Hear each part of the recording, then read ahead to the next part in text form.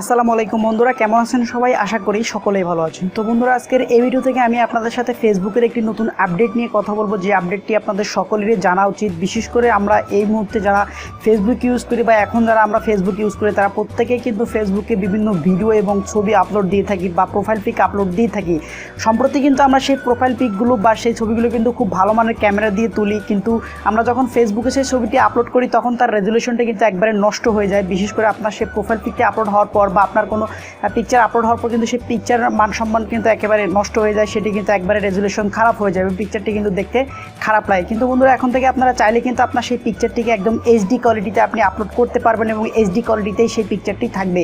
ঠিক একই ক্ষেত্রে আপনি চাইলে আপনার ফেসবুকের ভিডিওগুলো এইচডি কোয়ালিটিতে আপলোড করতে পারবেন এবং এইচডি কোয়ালিটিতে আপনি সেই ভিডিওগুলো দেখতে পারবেন। তো বন্ধুরা, সেই কীভাবে সেটি করবেন দেখাবো আজকের এই ভিডিওতে। তার আগে একটি কথা বলে নিচ্ছি, যারা এখন পর্যন্ত আমাদের এই চ্যানেলটিকে সাবস্ক্রাইব করেনি তারা অবশ্যই চ্যানেলটিকে সাবস্ক্রাইব করবেন এবং পাশে আসা নোটিফিকেশন বেল আইকনটিকে অবশ্যই বাজিয়ে দিবেন। তো বন্ধুরা, চলুন শুরু করছি। তো বন্ধুরা, ওয়েলকাম ব্যাক। বলছিলাম যে কীভাবে আপনি ফেসবুকে এইচডিতে ফটো বা ভিডিও আপলোড করবেন সেটি দেখাবো। তো বন্ধুরা, এর জন্য আপনি আপনার ফোনে থাকা যে ডিফল্ট ফেসবুক অ্যাপ্লিকেশনটি আছে সেটি ওপেন করে নেবেন।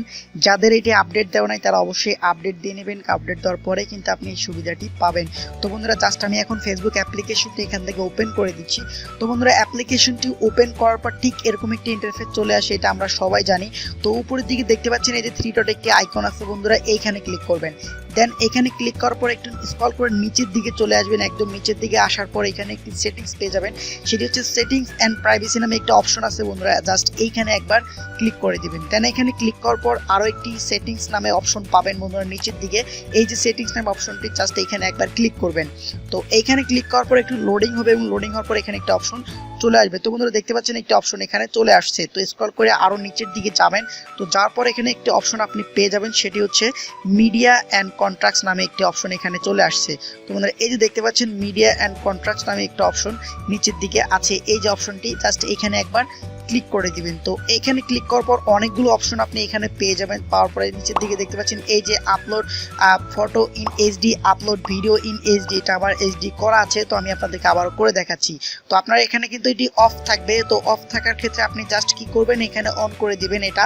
এখানে যদি আপনি এটা অন করেন, আপলোড ফটোস ইন এইচডি, তাহলে আপনার ফটোগুলো এইচডিতে আপলোড হবে এবং সেগুলো এইচডিতেই থাকবে। এবং ভিডিওর ক্ষেত্রে আপনি যদি এটা অন করে দেন, সেমভাবে কিন্তু আপনার ভিডিওগুলো এইচডি কোয়ালিটিতে আপলোড হবে এবং আপনার ভিডিওর কোনো রেজুলেশন কখনোই নষ্ট হবে না। তো মোটামুটি এই ছিল আসলে সেই সেটিংসটি, যে সেটিংসটির ব্যাপারে আপনাদেরকে বলছিলাম।